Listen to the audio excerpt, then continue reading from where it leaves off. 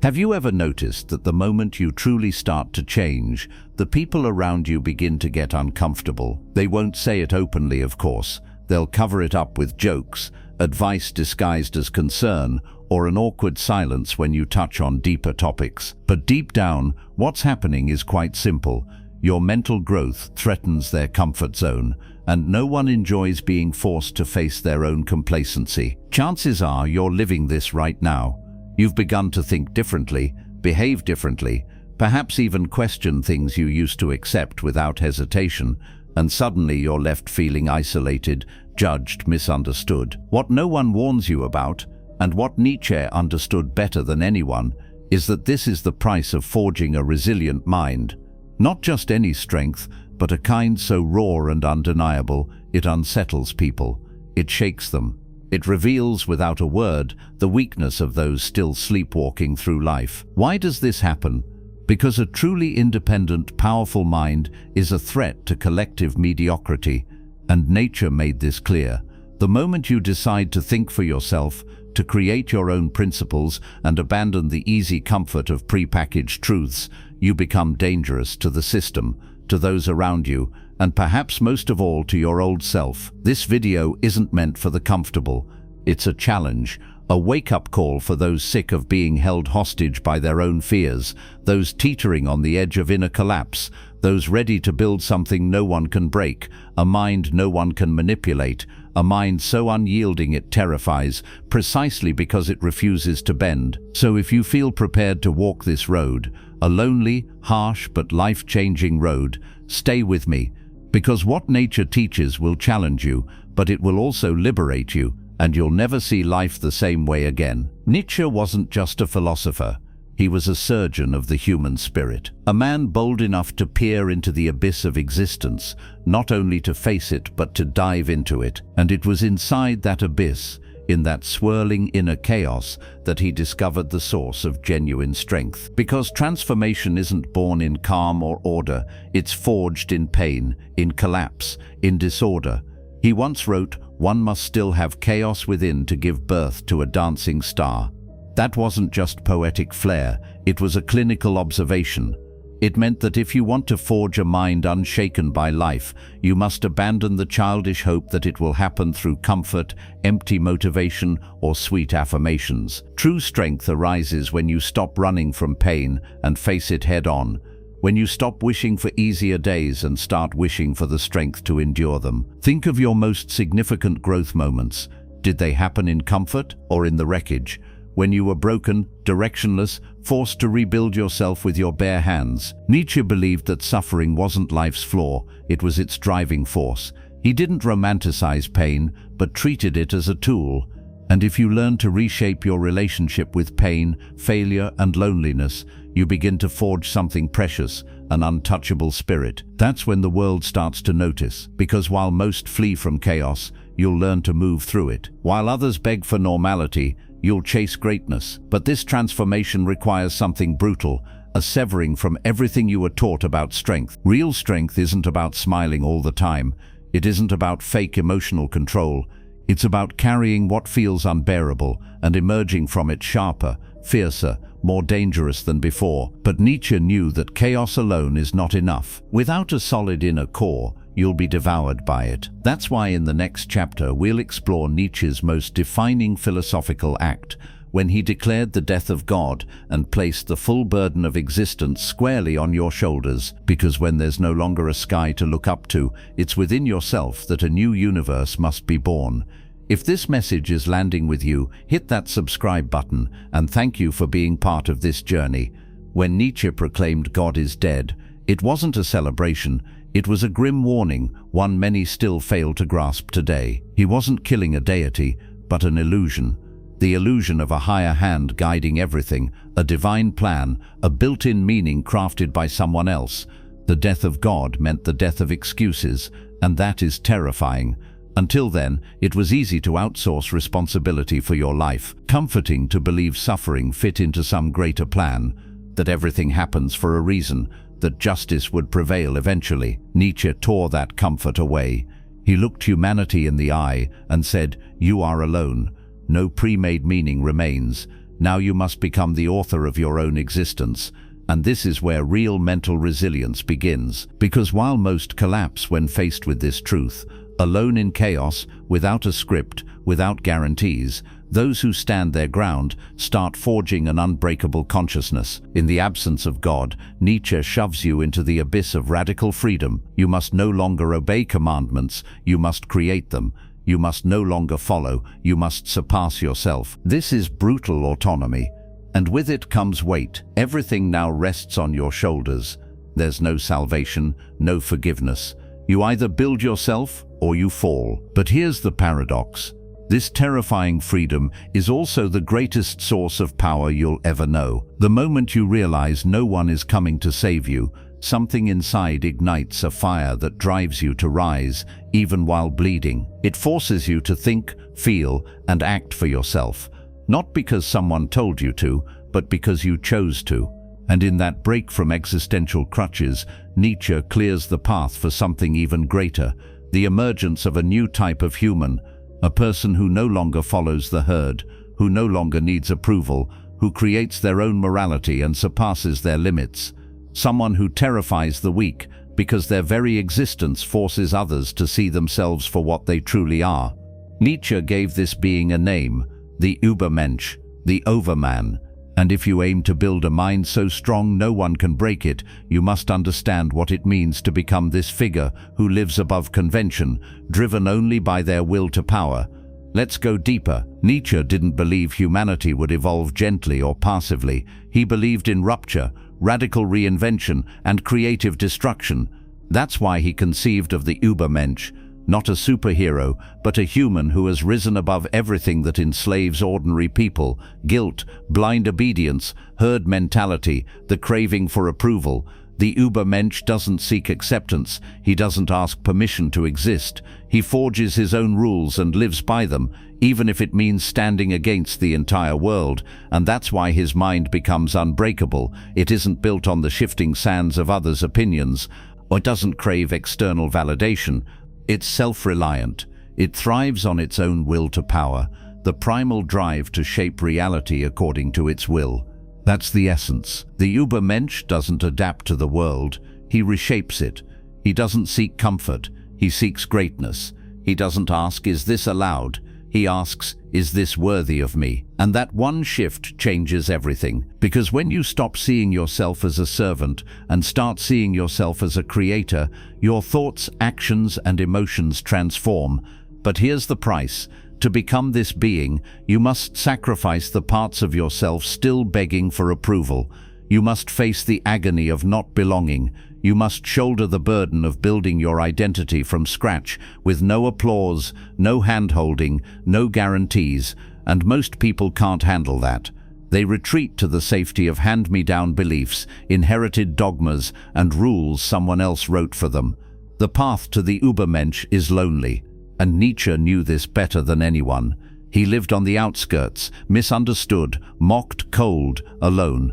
But in that solitude, he found his freedom, and that's what you need to grasp. The stronger your mind becomes, the more you'll drift from the masses. The higher you rise, the more you'll unsettle others.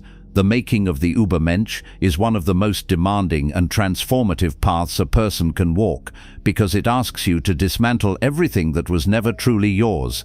Every belief, every expectation, every label imposed by a sick culture that rewards submission and punishes individuality. And only after tearing those down does real construction begin. But that building process doesn't happen in crowded rooms. It takes place in silence, in seclusion, in the kind of solitude that draws a line between the strong and the weak. That's precisely why, in the next section, we'll explore one of the most neglected, yet most essential elements of this entire journey: the loneliness of the strong. Because the truth is, if you want to become unshakable, you'll need to master walking alone, and very few people are ready for that. Are you? If what you've been hearing so far speaks to something inside you, you'll find real value in my ebook, Beyond the Shadow. It distills Jung's greatest lessons and equips you with tools to better understand yourself. You'll find the link pinned in the comments. Here's a truth no one shares about building a strong mind. The stronger you become, the lonelier you'll feel. And it's not because you purposely isolate yourself, it's because the world starts to no longer know what to do with you. Nietzsche was clear on this. The free spirit, the one who breaks from inherited values and refuses easy answers, will always drift away from the herd.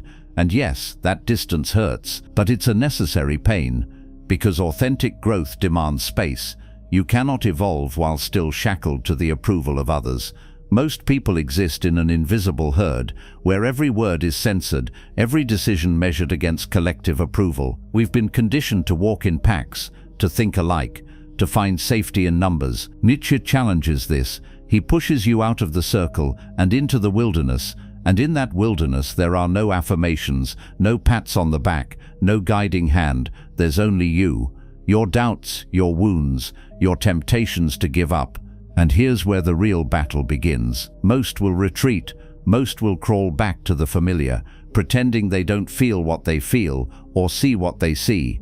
But if you're serious about becoming the kind of person no one can break, you'll stay. You'll endure the heavy silence that forces you to confront who you truly are. Nietzsche wrote that the individual must constantly fight, not to be devoured by the tribe. And if you choose to resist, you'll often feel alone, sometimes even afraid. But no cost is too high for possessing yourself. That's the heart of it, self-possession, the rarest, most powerful state a person can reach. Because when you truly possess yourself, no one else controls you. No one else defines your worth. No one can diminish you. Yet that kind of possession comes with loneliness. People will drift away. You'll be misunderstood. Some will call you arrogant, others distant. They'll do whatever they can to pull you back into the mold. You'll hear whispers of cold, insensitive, even crazy. But that's the price you pay for refusing to be domesticated, for not living to please. And here's a raw, unavoidable truth.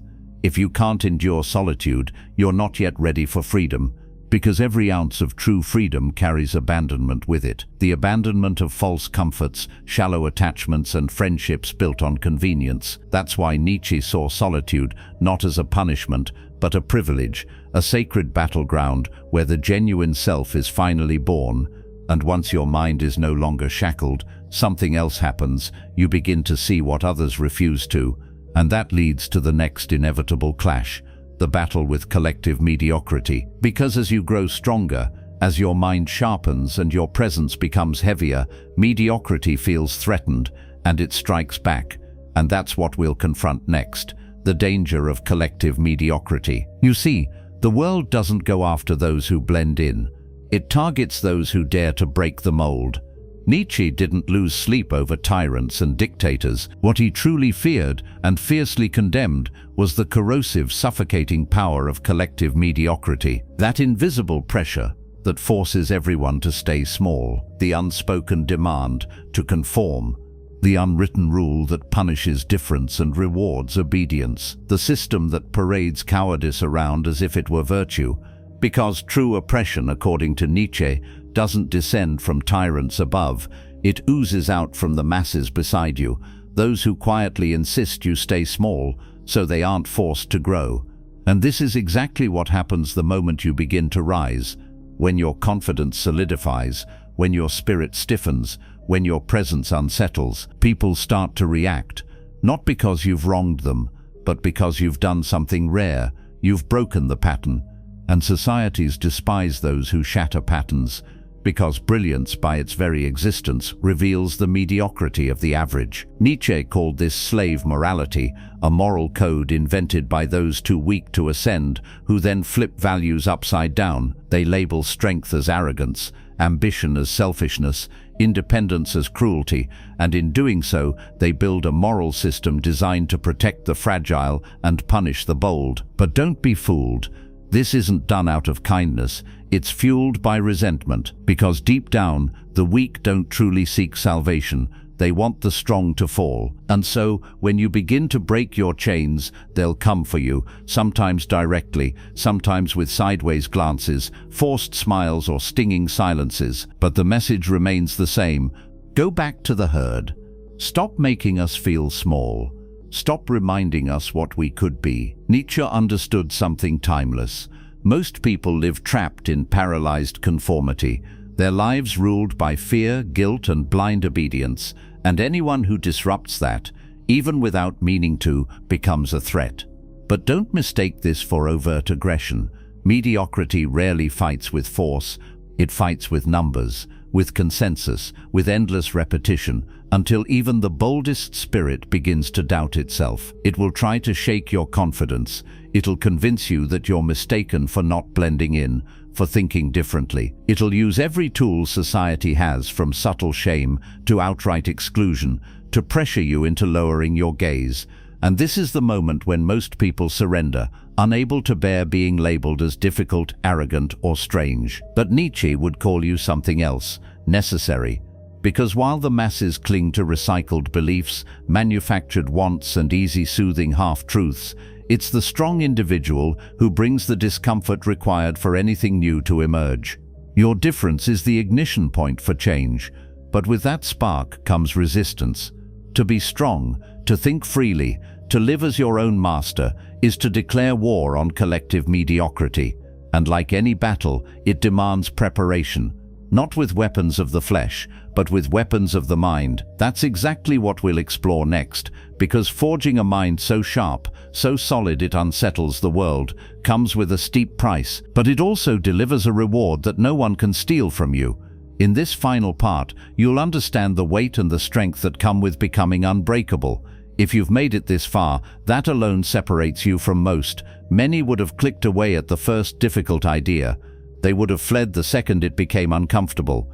They would have switched off the moment they realized this isn't the kind of content made to flatter or comfort, but a challenge. A challenge for those fed up with illusions, ready to stare reality in the face. Because building a mind that's feared and respected isn't simply a decision, it's a renunciation. You will lose things. You'll lose friendships built on convenience. You'll lose opportunities that demand your obedience.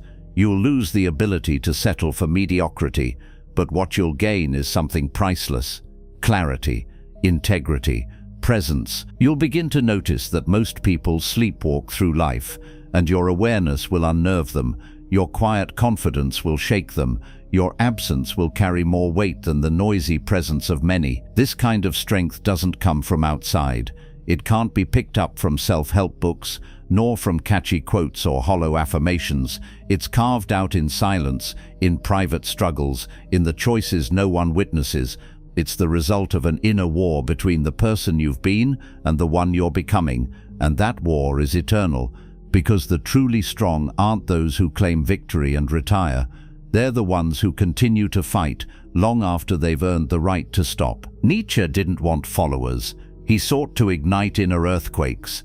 He wanted you to stop crawling for approval, to stop begging for meaning, to stop clinging to ready-made answers for what only awareness, blood, and perseverance can build. He wanted you to become dangerous, not in the crude, violent sense, but in a way so rare, so real, that your very existence forces others to face the things they've spent their lives avoiding. And now, I invite you to take a small but powerful step. Write one truth in the comments.